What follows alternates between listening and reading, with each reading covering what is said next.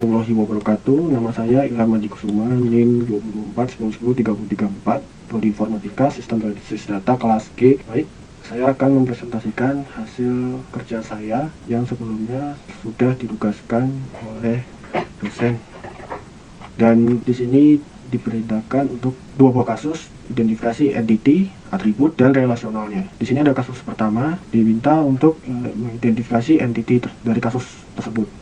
Entity-nya ada lab ini sebagai barang nyata dan berfungsi untuk menyimpan data lab mana saja yang meminjamkan barangnya. Itulah mengapa dia masih ada kaitannya dengan bisnis proses dan harus dicatat. Lalu atributnya itu ada ID, nama, dan deskripsi. Selanjutnya ada kepala lab sebagai barang nyata menyimpan data kepala lab yang saat itu labnya dipinjami barangnya oleh UKM. Harus dijadikan entity dan dicatat, beratributkan NIP dan nama. Lalu barang sebagai barang nyata, deskripsinya itu adalah berfungsi sebagai barang apa saja yang sedang dipinjam oleh UKM, dan itu masih juga ada hubungannya dengan bisnis proses dan beratributkan nomor seri dari barang tersebut, jenis barangnya apa, dan deskripsi barang. Keterangan di sini ada catatan tambahan bahwa jenis barang ini redundan dan nantinya akan dijadikan entity sendiri di nomor 2. Lalu ada UKM, ada dia sebagai barang abstrak, menyimpan data UKM apa saja yang meminjam barang ke lab apa begitu. Peristiwa peminjaman barang ini juga harus dicatat dan ada kaitannya dengan bisnis proses, beratributkan ID, nama, deskripsi. Nama ini nama UKM begitu. Dan ini juga memang masih ada kaitan bisnis proses karena kegiatan ini memang harus dicatat. Dan atributnya ini ada ID, tanggal, dan UKM ini melakukan kegiatan apa untuk meminjam barang tersebut begitu. Lalu ada entity peminjaman yang kategorinya ini peristiwa. Deskripsinya itu adalah menyimpan data peminjaman. Setiap peminjaman ini harus jelas yang dicatat dari tanggal berapa sampai tanggal berapa dipinjamnya dan durasinya begitu. Maka dari itu atributnya itu ada ID, tanggal peminjaman, dan tanggal pengembalian. Lalu ada anggota UKM sebagai barang nyata. Dia ini deskripsinya anggota UKM yang saat itu sebagai perwakilan UKM yang meminjam barangnya ke lab, itu yang ditugaskan begitu. Maka dari itu anggota UKM juga harus dicatat dan beratributkan NIM dan nama karena anggota UKM ini mahasiswa. Dan asisten ini adalah barang nyata.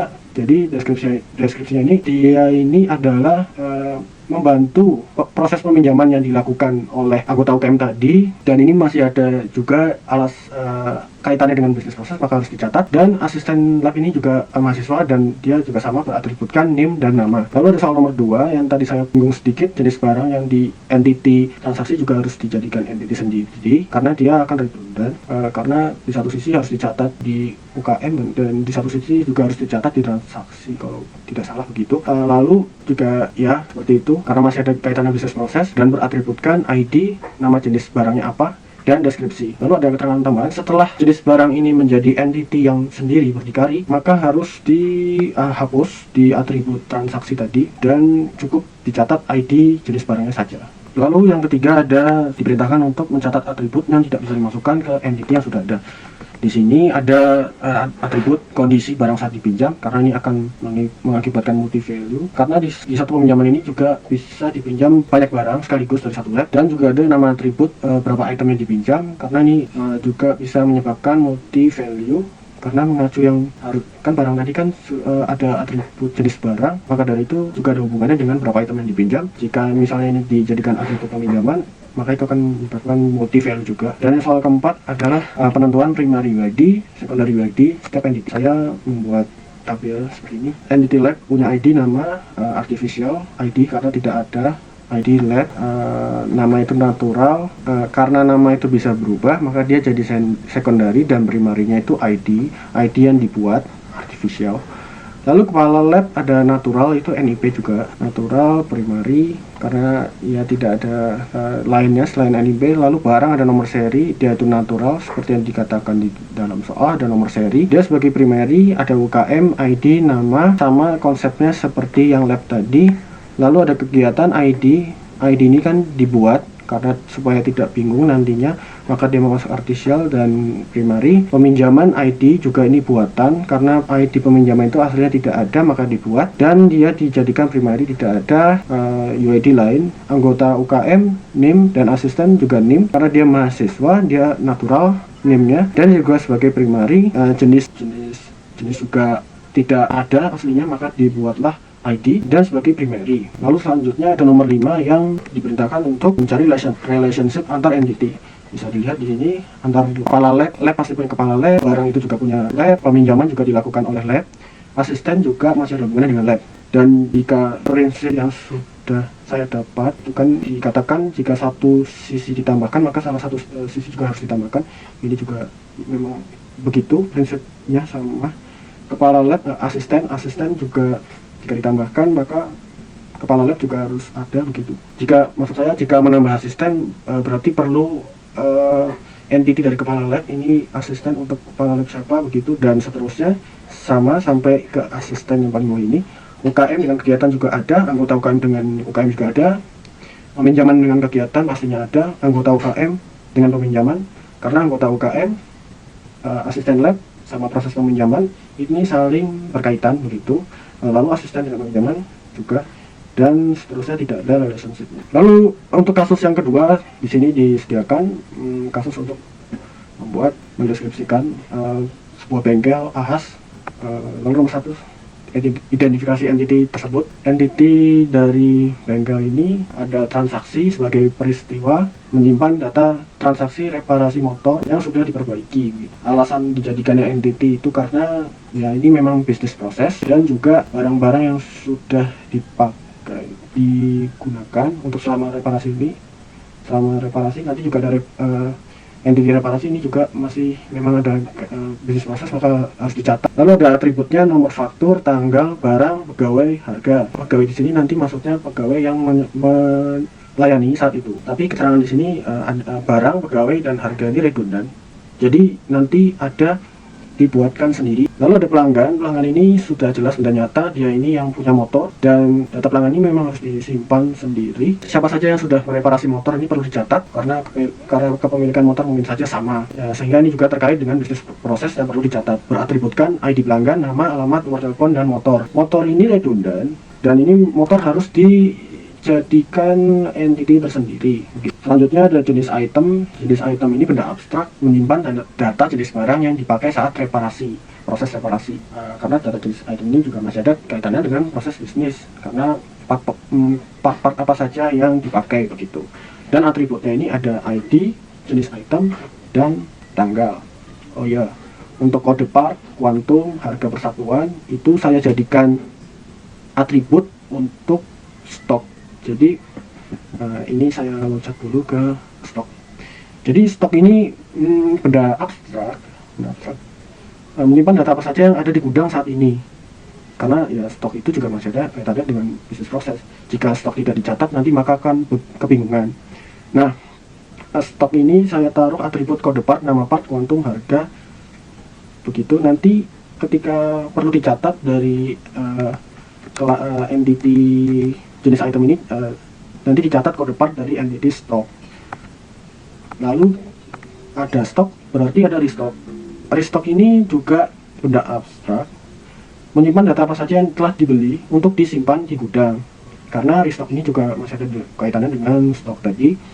Beratributkan ID restock, nama pengirim, alamat pengirim, dan tanggal pengiriman sampai di ahas ini. Jadi keterangannya juga sama. Jika ingin memakai ID kode, jika ingin tahu apa saja item yang beli, maka nanti dicatat kode part dari entity stock. Jadi sama seperti tadi. Oh iya, saya lupa. Selanjutnya ada reparasi benda abstrak. Reparasi ini menyimpan data motor yang sudah direparasi. Kemungkinan kenapa nama entity ini sebenarnya yang atribut motor tadi yang di pelanggan ini itu adalah representasi dari ini. Saya ubah namanya dari motor ke reparasi. Mungkin kebanyakan orang akan menuliskan motor sebagai nama itu baru, nama entity baru, karena ya ahas ini juga kebetulan yang motor, tapi saya tidak menspesifikasikannya, makanya saya memilih reparasi. Nah, lalu reparasi ini juga ya karena data motor masih ada kaitannya, dan itulah yang menyebabkan jadi dijadikan entity tersendiri dan agar tidak redundan di pelanggan tadi untuk kepemilikan motor. Lalu atributnya nomor polisi, warna, merek, tahun, dan pelanggan. Pelanggan ini tidak usah dicatat karena redundan ya, nanti akan dijadikan entity pelanggan saja yang sudah terbuat di sini tadi. Lalu untuk selanjutnya ada bengkel. Bengkel benda nyata menyimpan data bengkel, karena bengkel ini memang yang pasti perlu dicatat. Itulah yang menyebabkan dia adalah kaitannya dengan proses bisnis. Lalu ada atributnya, ada ID, nama cabang, alamat, nomor telepon, dan list pegawai aktif. List pegawai aktif ini tidak perlu dicatat karena sudah ada entity pegawai. Lalu ID ini karena menurut saya kan cabangnya AHAS ini kan banyak, karena dia perlu ID. Nama cabang mungkin setiap cabang nanti akan diberi nama sendiri-sendiri begitu.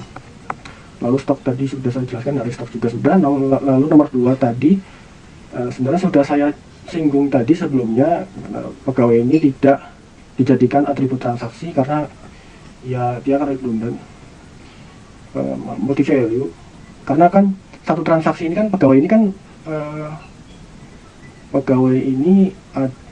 kan bisa macam-macam, bisa mekanik, kasir, OB, manajer, HRD mungkin. Maka dari itu ya memang harus dijadikan entity sendiri. Dan ini sepertinya saya lupa menambahkan role dari atribut nomor telepon. Jadi role ini nanti diisi dia apakah dia ini manajer atau HRD atau mekanik atau kasir begitu. Lalu ada jenis item. Jenis item ini sama seperti yang saya setelah singgung tadi, karena di transaksi ini adalah representasi dari barang dan harga. Ya seperti ini. Untuk mencatat barang dan harga tertentu dari entity transaksi cukup dicatat ID jenis itemnya saja. Dan mungkin kalau perlu nanti juga dicatat kode parts, mungkin begitu. Lalu pelanggan ini juga memang sudah berdiri sendiri tadi.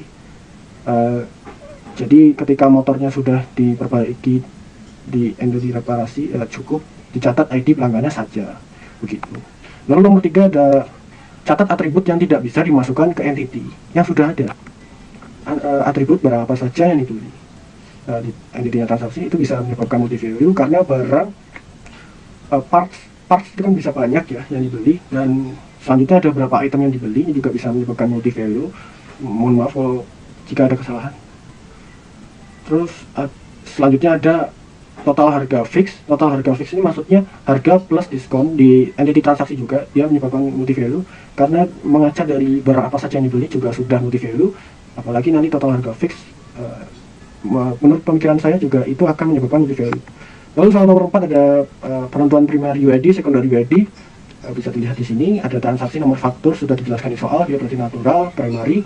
Pelanggan, ID pelanggan artificial, mungkin kalau misalnya menggunakan KTP bisa natural, nomor KTP, tapi tidak dijelaskan. Jadi saya berpikir bahwa ID pelanggan ini akan dibuat dan menjadi primary.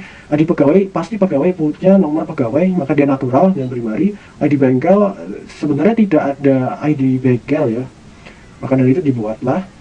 Sebenarnya ada kode sih, kalau kode nanti maksudnya natural dan dia masuk primary. Jenis barang pasti artificial, pasti karena dia aslinya juga tidak ada, maka harus dibuat dan primary. Reparasi menampung motor-motor yang sudah direparasi tadi. Nomor polisi ini natural dan primary. Kode part natural sudah disebutkan di dalam soal dan primary. Lalu ada ID restock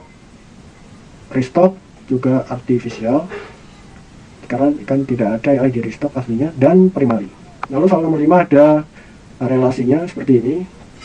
Transaksi dengan pelanggan pasti ada, transaksi dengan pegawai apa saja transaksi yang melayani transaksi tersebut, transaksi dengan jenis item, maksudnya jenis item ini barang apa saja yang telah dibeli terus nanti dimasukkan juga di transaksi. Lalu ada reparasi juga sama, pelanggan dengan reparasi, karena reparasi ini kan ada motor dan itu pasti punya pelanggan. Lalu selanjutnya ada jenis item dengan reparasi kan motor, jenis item ini kan part-partnya pasti ada hubungannya. Lalu jenis item ini kan barang yang dipakai selama proses reparasi dan pasti itu juga butuh data dari stok. Mungkin nanti jika dipakai di jenis item ini stok akan berkurang begitu. Lalu ada stok dengan restock.